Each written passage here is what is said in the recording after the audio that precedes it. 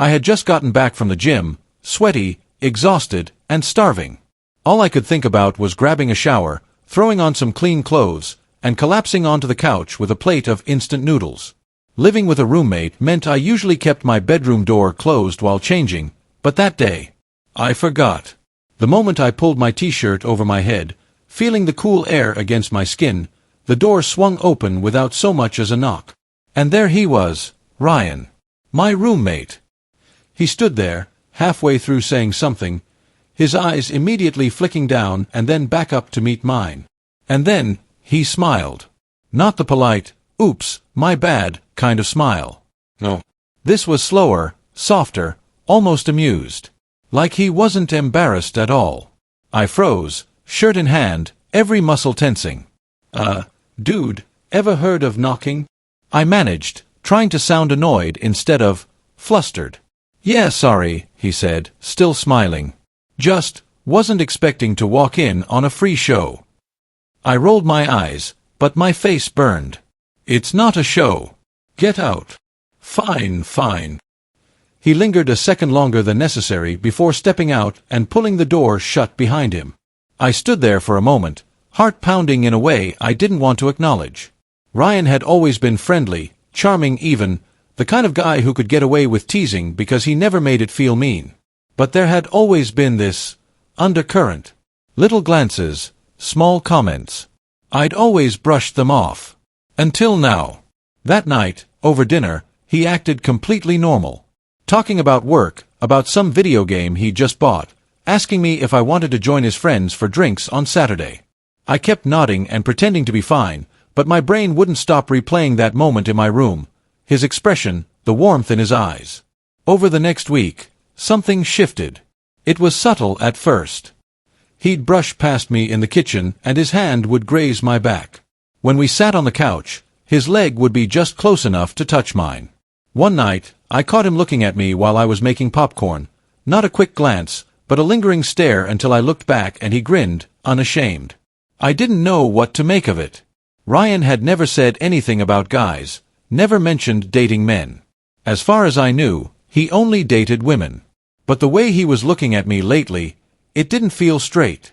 One rainy evening, we ended up watching a movie together. The thunder outside made the apartment feel smaller, warmer. We were under the same blanket, half a bowl of popcorn between us, and somewhere around the middle of the film, I realized he wasn't watching anymore. He was looking at me again. What? I asked, trying to laugh it off. Nothing, he said, voice low. Just, you have this way of getting lost in movies. It's cute. I stared at him, caught between wanting to roll my eyes and something else. You're weird. Maybe. He smiled, softer this time. But I mean it. The air felt heavier. My chest felt tight. I didn't know whether to change the subject or lean in. Instead, I turned back to the movie, but I couldn't focus.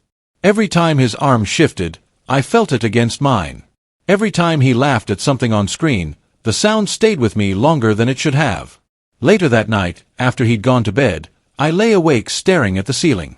My mind was a mess of questions I couldn't answer.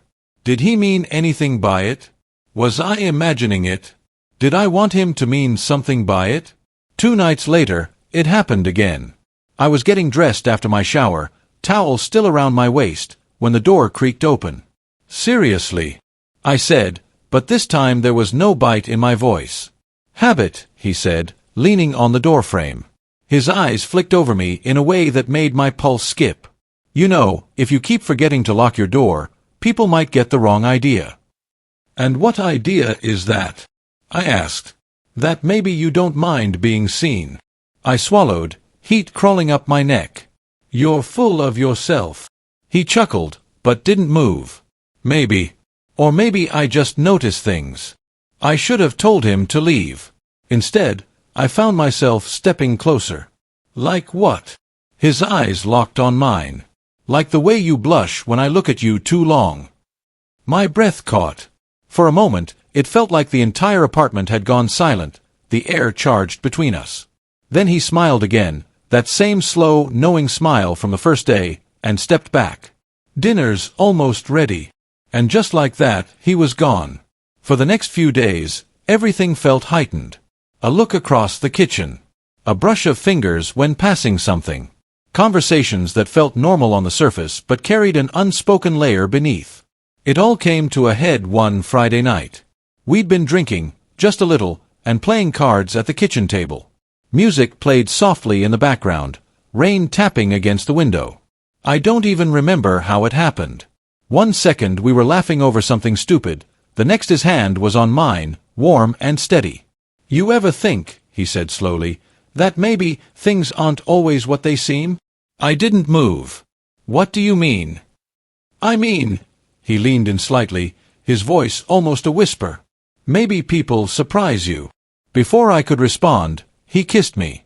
It wasn't a long kiss, or even a particularly intense one. But it was enough to light every nerve in my body, to make my chest ache with something I didn't have a name for. When he pulled back, his eyes searched mine, almost cautious. "I'm sorry if he began, but I shook my head. "Don't." My voice was barely there. "Don't apologize."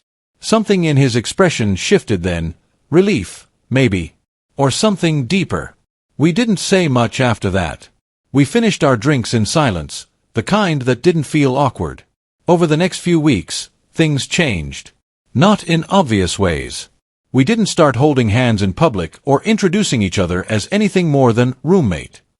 But in the quiet moments, making coffee in the morning, watching TV at night, there was a closeness that hadn't been there before. It was fragile, unspoken, but real. And yet, I knew it couldn't last. Ryan wasn't out. He'd never talked about being into guys, and I could tell he was still figuring things out. The night he told me he'd been offered a job in another city, I felt something in my chest crack. I smiled, told him I was happy for him, and meant it, but it hurt. Our last night together, we sat on the couch, the TV playing something neither of us was watching. At one point, he reached over, took my hand, and squeezed it. "I don't know what this has been," he said softly, "but I'm glad it happened." "Me too." My throat felt tight. He leaned in and kissed me again, slower this time, lingering like he was memorizing it. When he pulled back, he smiled that same smile from the first day. "Don't forget to lock your door." And then, just like that, he was gone.